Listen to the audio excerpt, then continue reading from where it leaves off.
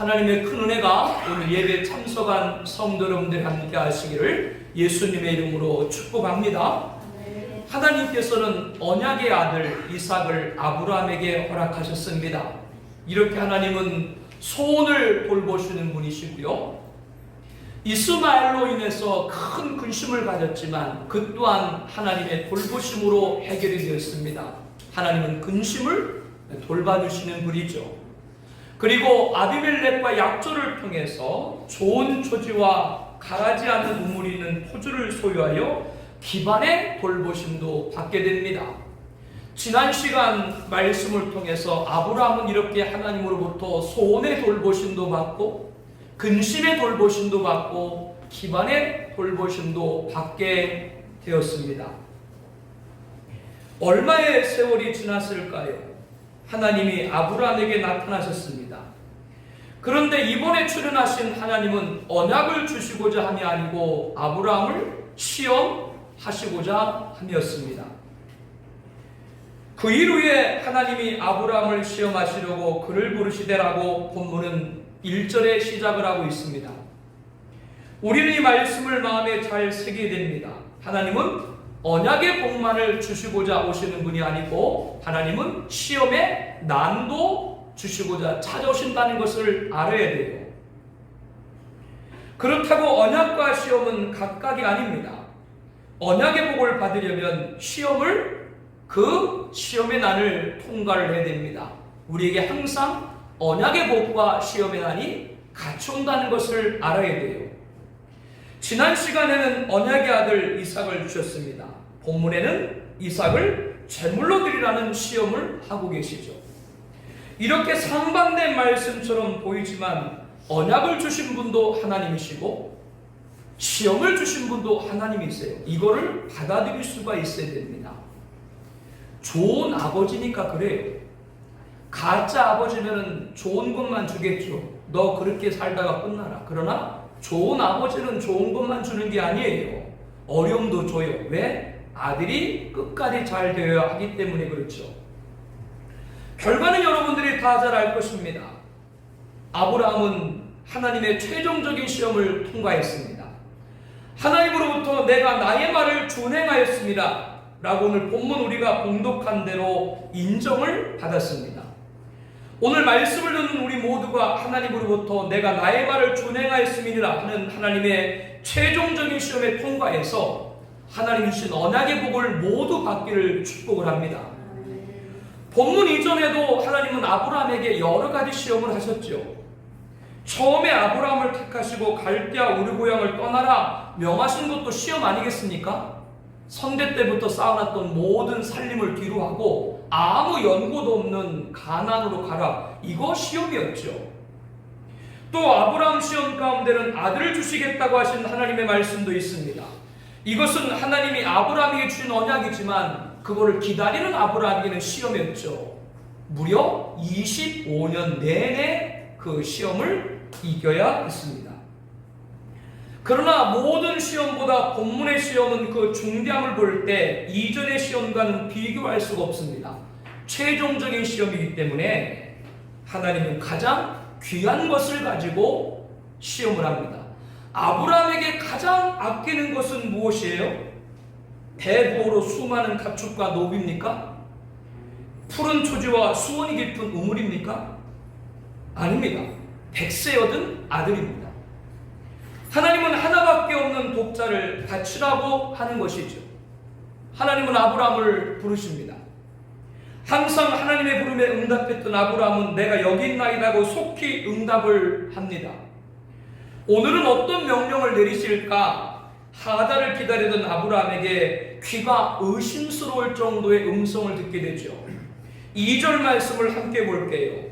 여호와께서 이르시되 내 아들 내 사랑하는 독자 이삭을 데리고 모리아 땅으로 가서 내가 내게 일러준 한 산 거기서 그를 번제로 드리라. 우리로서는 상식적으로 받아들일 수 없는 명령입니다. 아들을 번제로 드리라고 하는 겁니다.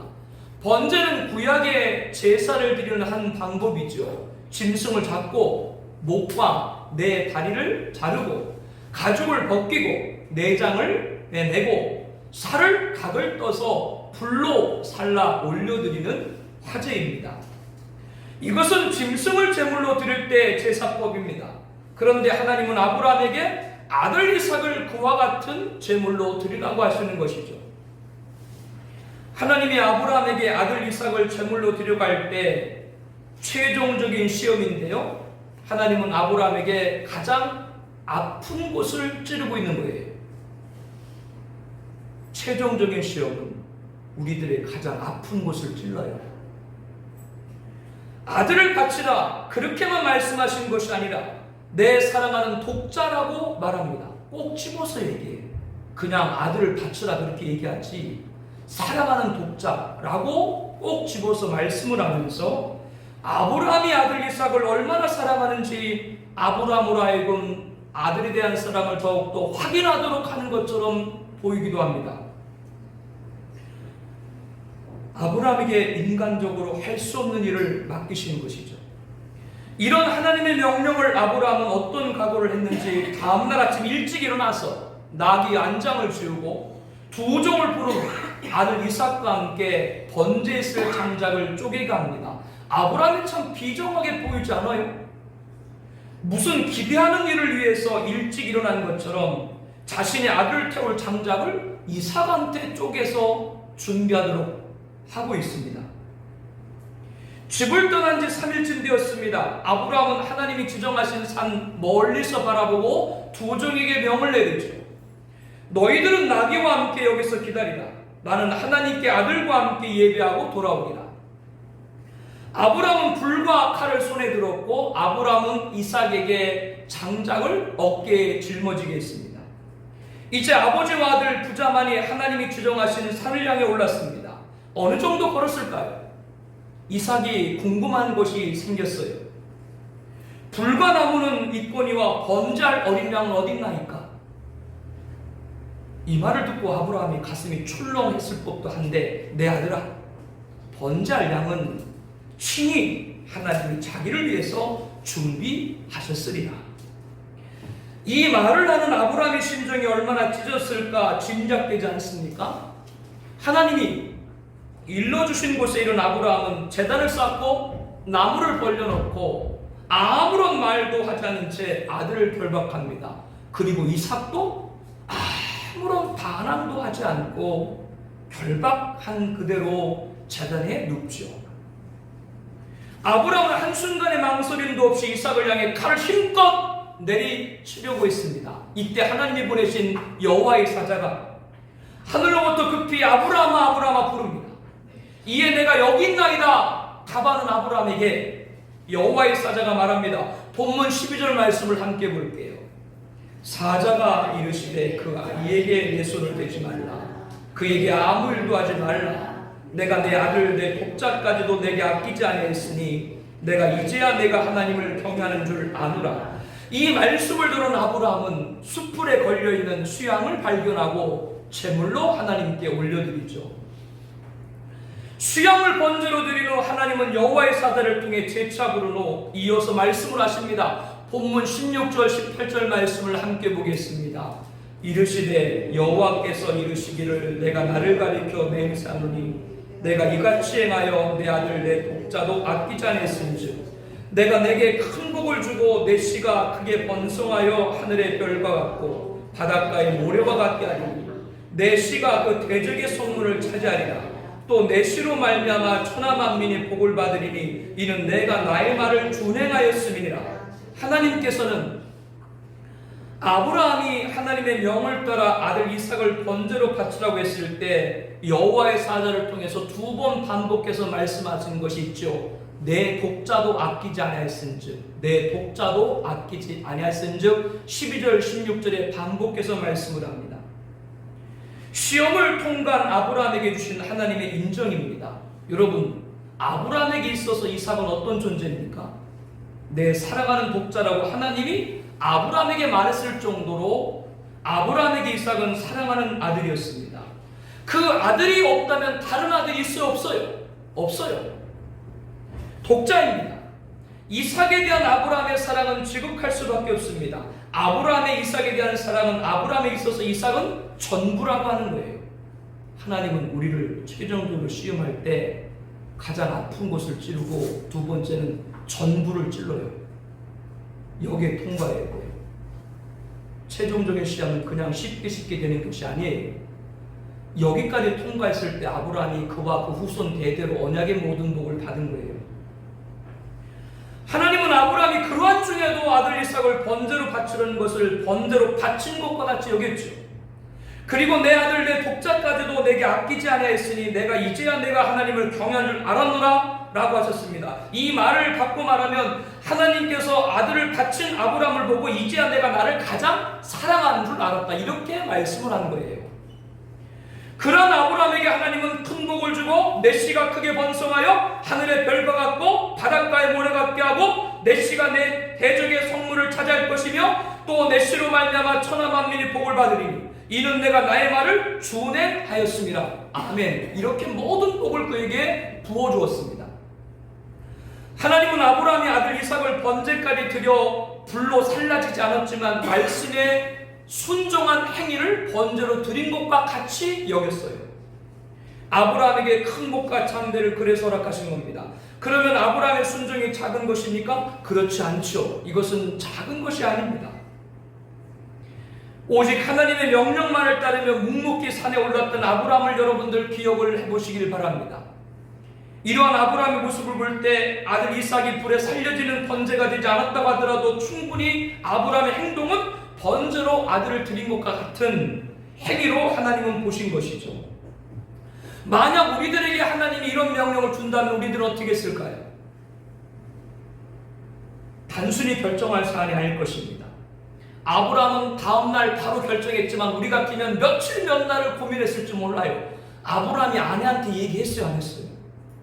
얘기하면 당연히 하지 말라고 했겠지. 우리 같으면 아내한테 얘기해가지고 하지 말라는 명분을 얻으려고 했을지도 몰라요. 산에 올라가면서도 이삭한테 얘기해요, 안 해요? 안 했어요. 이삭한테 얘기를 해가지고 자기가 깊이 잠들었을 때 이삭이 도망갔으면 좋았을 것이다, 우리는 그렇게 생각했을지도 몰라요. 아브라함은 그렇게 하지 않았어요.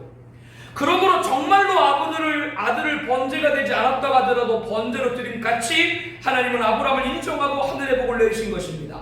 야고보서 2장 21절에 보니까 아브라함이 그 아들 이삭을 제단에 바칠 때 행함으로 의롭다 하심을 받은 것이 아니냐라고 말합니다. 오늘 본문에는 내가 나의 말을 준행하였습니다 라고 말씀을 하고 계시죠.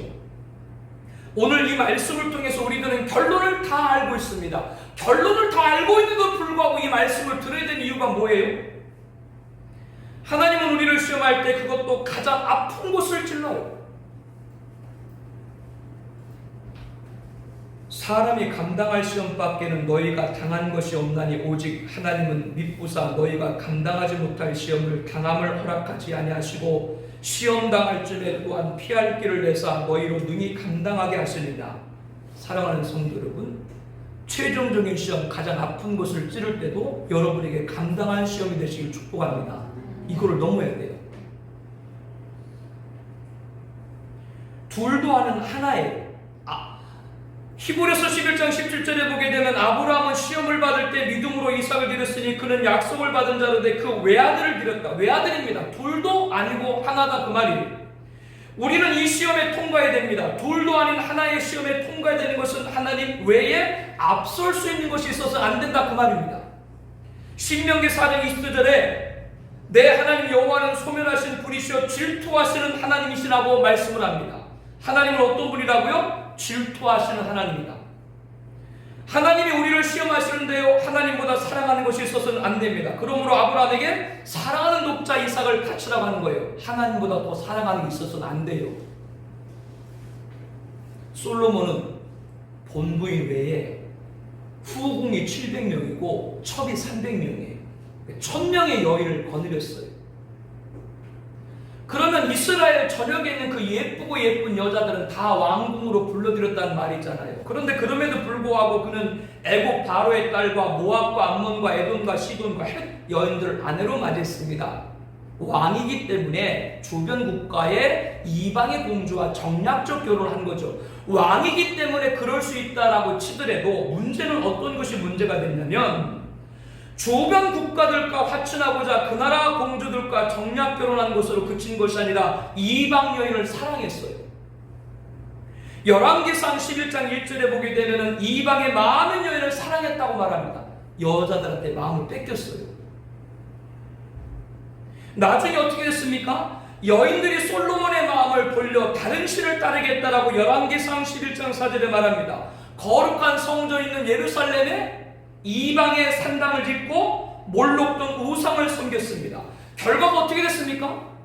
하나님은 솔로몬에게 내가 내 언약과 내가 내게 명령한 법도를 지키지 아니하였으니 내가 반드시 이 나라를 내게서 빼앗아 내 사나에게 주리라, 내 신하에게 주리라고 했습니다.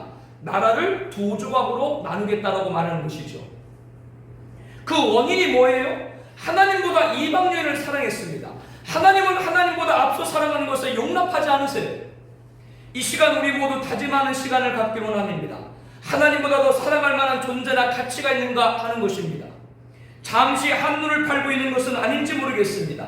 하나님보다 더 사랑하는 것이 있으면서도 아직도 하나님을 사랑한다라고 스스로 그냥 그렇게 착각하고 있는 것인지 한번 돌아보는 시간 되기를 바랍니다. 솔로몬은 아버지 다윗으로부터 물려받은 통일왕국, 태평성대, 부귀영화, 누구 때문에? 여자 때문에 다 잃어버렸어요. 왜? 여자 때문에 마음 뺏겼거든요. 여러분, 통일왕국과 태평성대와 부귀영화 모든 걸 잃어버릴 만큼 이방 여인을 사랑할 만한 가치가 있나요? 마귀 시험에 넘어가는 거죠. 오늘 하나님은 아브라함을 시험했습니다. 이 시험은 테스트입니다. 하나님이 아브라함을 완전한 자로 세워서 그에게 언약의 모든 복을 주시고자 위함입니다. 그러나 사탄의 시험은 솔로몬 왕이 당한 것처럼 템테이션이에요. 유혹이에요. 하나님으로부터 자꾸 떨어져 나가게 만들어요. 목사로부터 자꾸 떨어져 나가게 만들어요. 성도와 성도를 자꾸 이간하게 만들어요. 교회를 자꾸 등지게 만들어요. 하나님의 시험은 구도시를 발전시키기 위해서 건설적인 재개발을 할 수 있는 것이라고 한다면, 사탄의 시험은 신도시를 재건이 불가능하도록 파멸하는 행위입니다. 솔로몬은 하나님보다 이방 여인을 사랑함으로 여기에 넘어갔습니다. 이방 여인들에게 마음을 빼앗겼습니다. 성도님들 혹시 하나님을 잊을 만큼 마음이 빼앗기고 있는 것 있습니까? 이 시간 예수님의 이름으로 물리치길 바랍니다. 아브라함같이 하나님이 인정한 의인으로 모든 복을 받게 합당한 성도님 되시기를 예수님의 이름으로 축복합니다. 가장 아픈 곳을 찌르시는 하나님, 전부를 원하시는 하나님, 하나님보다 앞선 사랑을 원치 않으신 하나님, 그거를 시험의 통과로 우리들에게 말씀을 하시죠. 둘도 아닌 하나를 바치라고 하는 겁니다. 아브라함은 하나님의 시험에 통과했습니다. 아브라함에게는 너무나도 사랑하는 아들이었지만 하나님보다 그 사랑이 앞설 수 없었습니다. 그래서 큰 복을 받았습니다.